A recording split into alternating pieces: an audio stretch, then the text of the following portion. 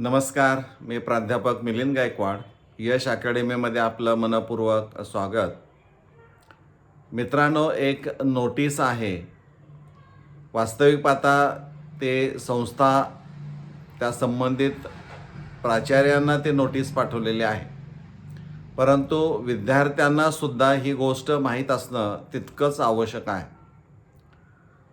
महाराष्ट्र शासनाचं जे प्रवेश नियामक प्राधिकरण आहे, ज्याला ॲडमिशन रेग्युलेटिंग अथॉरिटी म्हणतो, त्यांचं 15 एप्रिल 2026चं एक परिपत्रक आहे.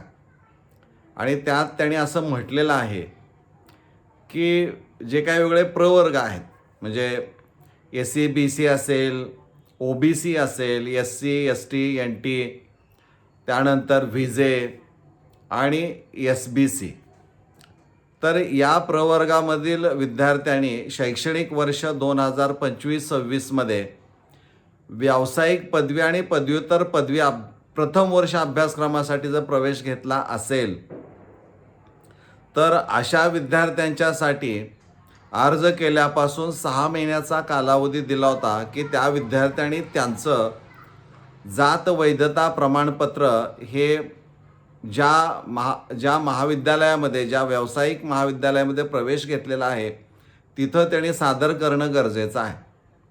परंतु त्या परिपत्रकामध्ये 2 गोष्टी स्पष्ट दिसत आहेत की एक, त्याने असं म्हटलेलं आहे की या प्रवर्गामधल्या विद्यार्थ्यांनी कदाचित महाविद्यालयाकडं ते जात वैधता प्रमाणपत्र सादर केलं असेल, परंतु संबंधित प्राचार्यांनी ते ऑनलाईन पोर्टलवर अपलोड न केल्यामुळं ॲडमिशन रेग्युलेटिंग अथॉरिटीला ते दिसत नाही आहे.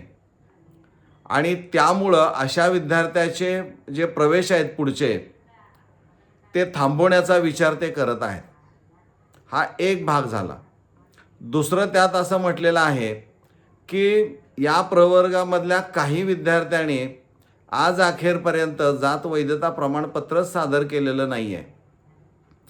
अशा प्रवर्गामधल्या विद्यार्थ्यांची यादी ही, म्हणजे अभ्यासक्रम आणि प्रवर्ग या अनुषंगानं त्यांनी एक ईमेल ID दिलेला आहे, त्यावर त्यांनी सादर करायला सांगितलेले आहे. आणि या सगळ्यासाठी त्या संस्थेला 10 दिवसाचा कालावधी दिलेला आहे.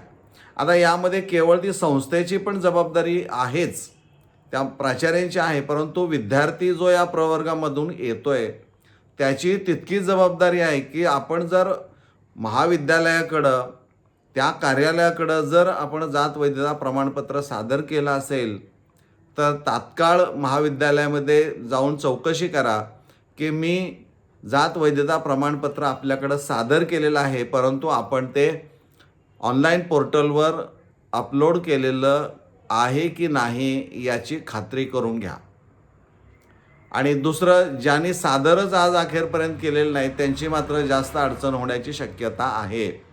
त्यामुळं विद्यार्थी मित्रांनो, आपण या प्रवर्गामधून जर येत असाल तर आपली पण जबाबदारी आहे की पुढचं शैक्षणिक वर्ष, आता हे 26-27 जे सुरू होणार आहे, त्या अगोदरच हे जात वैधता प्रमाणपत्र आपण महाविद्यालयामधून ते ऑनलाईन पोर्टलवर सादर करण्यास सांगणं आणि ऑनलाईन पोर्टलवर ते अपलोड केलं आहे की नाही ते पाहणं, ही एक आपली जबाबदारी आहे. आपण ती पार पाडायला यामध्ये मला कोणती शंका वाटत नाही. त्यामुळं हे जे परिपत्रक आहे ते CET सेलच्या वेबसाईटवर उपलब्ध आहे. तुम्ही कधीही ते पाहू शकता आणि त्याप्रमाणे निर्णय तुम्ही घेऊ शकता. आपण इथं थांबूया. धन्यवाद.